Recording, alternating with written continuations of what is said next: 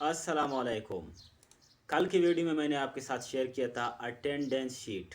तो आज की वीडियो में मैं आपके साथ शेयर करूंगा सैलरी शीट, पेरोल के आपने सैलरी शीट को कैसे बनाना है अटेंडेंस शीट की तरह।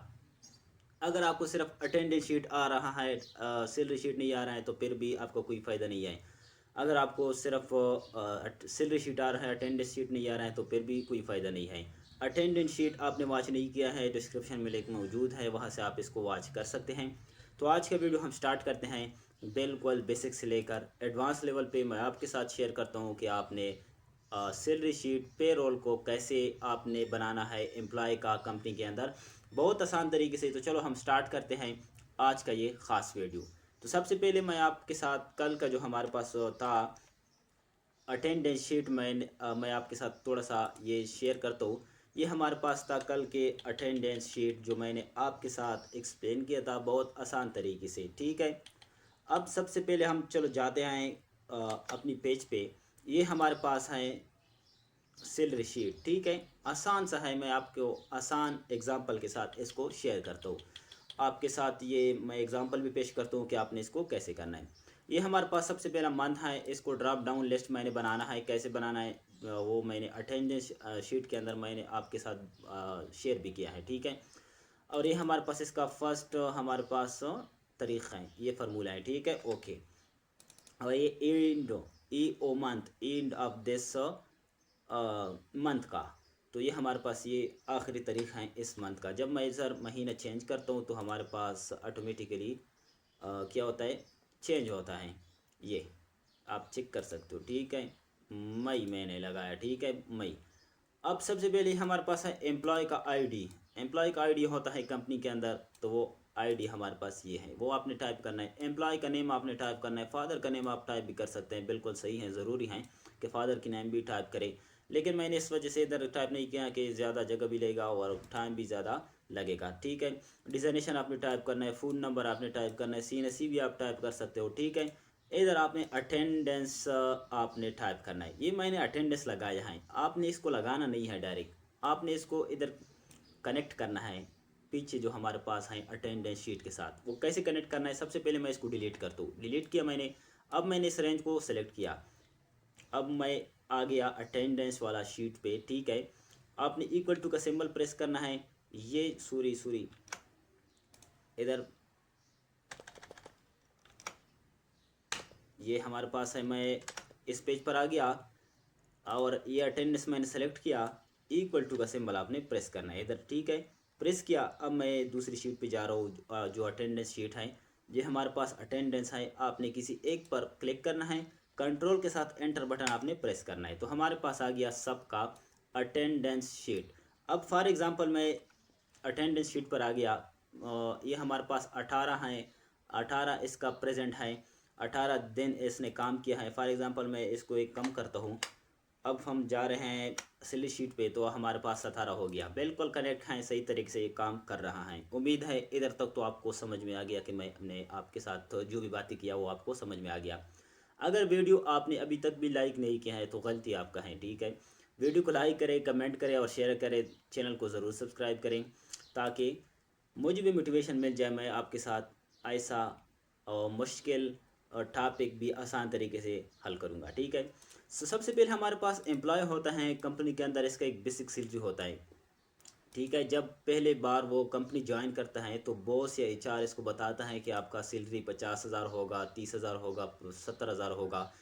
वो बताता है, इसको कहते हैं बेसिक सैलरी। ठीक है, अब बात आ गया, अब बात स्टार्ट हो गया, आपने गौर से इसको समझना है। ठीक है, अर्न सैलरी, इसका मतलब क्या है। अर्न सैलरी हमारे पास वो सैलरी होता है जो एम्प्लॉय मुलाजमीन ने जितना दिन हमारे साथ कंपनी में काम किया, जितना इसका अटेंडेंस है। फॉर एग्जांपल इधर हमारे पास अटेंडेंस 17 है, 19 है, 16 है, 17 है, 20 है। तो इसने 17 दिन काम किया, इसने 19 दिन काम किया, इसने 16 दिन काम किया। इस तरीके से इसकी बुनियाद पर इसको मिलेगा। तो आपने इसको निकालना कैसे है, अब बात आ गया निकालने का। ठीक है, तो अब निकालने का बात यह है कि आपने सबसे पहले इक्वल टू का सिंबल लगाना है। ठीक, ये बेसिक सैलरी को आपने डिवाइड करना है 31 पे। ठीक है, तो ये हमारे पास आ गया इसका एक दिन का दिहाड़ी, एक दिन का, इसको सैलरी भी आप कहते हैं या दिहाड़ी भी कहते हैं, ठीक है। तो ये हमारे पास आ गया इसका एक दिन का। अब इसको मैं इधर इससे डिसिमल रिमूव करता हूँ, ठीक है। अब आपने क्या करना है कि इसको ज़रब देना है जितने भी इसका अटेंडेंस है। इसका आ गया 27,419 रुपये इसका सैलरी आ गया, टोटल 50,000 हैं। इसने 17 दिन काम किया है। तो नीचे सब आपने ड्रा करना है, आसान तरीके से। आ गया समझ आपको? उम्मीद है ये आपको समझ में आ गया। इसके बाद है HRA, हाउस रेंट अलाउंस। इसका मतलब क्या है? इसका मतलब हमारे पास ये है कि आपको बॉस घर का किराया देता है, बॉस आपको घर का किराया देता है, तो इसको क्या कहते हैं? हाउस रेंट अलाउंस, ठीक है। अगर आपने बॉस ने डायरेक्ट खुद जमा किया तो ये HRA नहीं है, ठीक है। कंपनी के अंदर बॉस आपको देता है कि ये आपको 10% या 12% या मैनुअली भी आपको दे सकता है कि 20,000 रुपये मैं आपका जो घर है आपके किराए का वो 20,000 रुपये दे दूंगा, ठीक है। तो वो आप मैनुअली भी टाइप कर सकते हैं। अगर वो कहते हैं कि सैलरी के मुताबिक सबको देना है कि 10%, तो आपने इसको फिर कैसे निकालना है? तो is equal to basic salary, ये सैलरी नहीं, आर्म वाला सैलरी नहीं, ठीक है। बेसिक सैलरी आपने बेसिक सैलरी ज़रबे 10%, ठीक है। 5,000 रुपये आ गया इसका, ठीक है। ये मैं एग्जांपल आपके साथ शेयर करता हूँ। 5,000 रुपये घर मर नहीं है, ठीक है, किराए का घर नहीं है। तो मैं ये आपके साथ एग्जांपल शेयर करता हूँ। ये हमारे पास आ गया इसका HRA। और ये हमारे पास है DA किसे कहते हैं? कुछ कंपनी ऐसा होते हैं जो ट्रेवलिंग सफ़र में पेट्रोल का पैसे देता है या डीजल का पैसे देता है, इसको क्या कहते हैं? DA। तो ये आपने कैसे निकालना है? इसको निकालने के लिए आपने सबसे पहले इक्वल टू का सिंबल प्रेस करना है और basic salary multiply by 12 divided by 100 या परसेंटेज का सिंबल आपने लगाना है, ठीक है। हमारे पास 6,000 आ गया, आपने नीचे तक ड्रा करना है, ठीक है। अब ग्रॉस सैलरी हमारे पास कितना बन रहा है, टोटल सैलरी हमारे पास कितना बन रहा है, इज इक्वल टू सम का फॉर्मूला आप भी इस्तेमाल कर सकते हो। सम ये अर्न सैलरी HRA DA इन सब को आपने सेलेक्ट करना है, ब्रैकेट बंद, एंटर। 38,419 रुपये इसका आ गया, नीचे तक ड्रा करना है, सबका आ गया। अब बात आ गया कटौती का, ये तो था अलाउंस। अब बात आ गया कटौती। अगर मैं इधर टाइप करूँ तो आसान होगा आपको कि मैं इधर टाइप करूँ अलाउंस, ये सब बातें था अलाउंस की, ठीक है। ये अब बात आ गया कटौती का।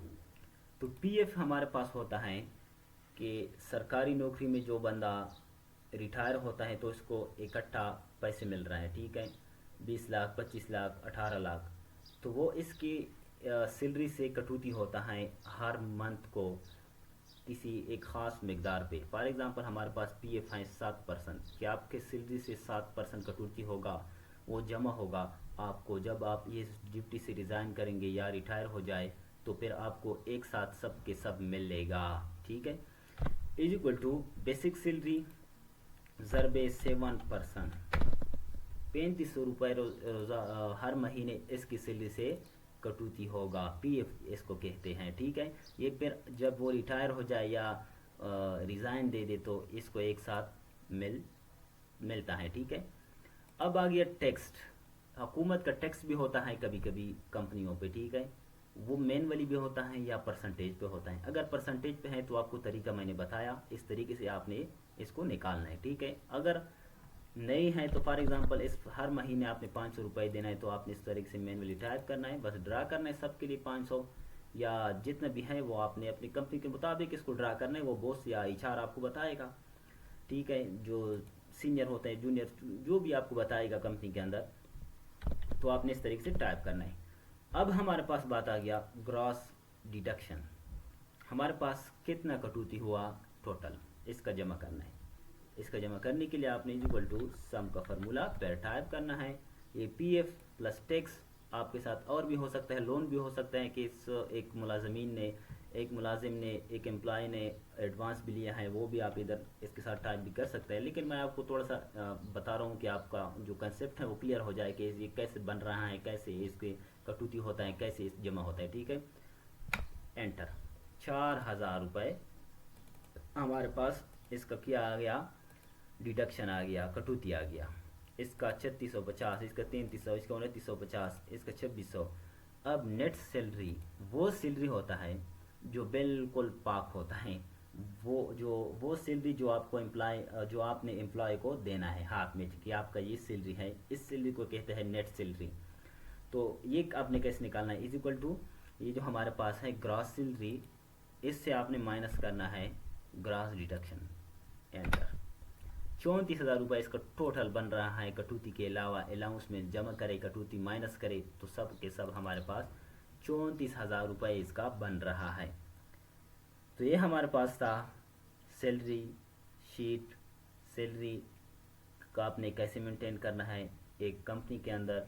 तो इधर अगर मैं इसको टाइप करूँ कि ये हमारे पास है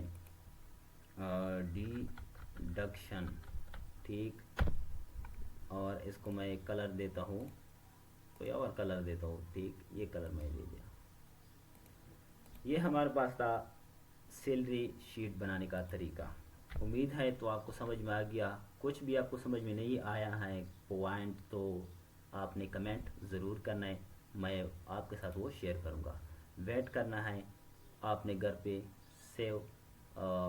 पे रहना है और वेट करना है नेक्स्ट वीडियो का। Thanks for watching.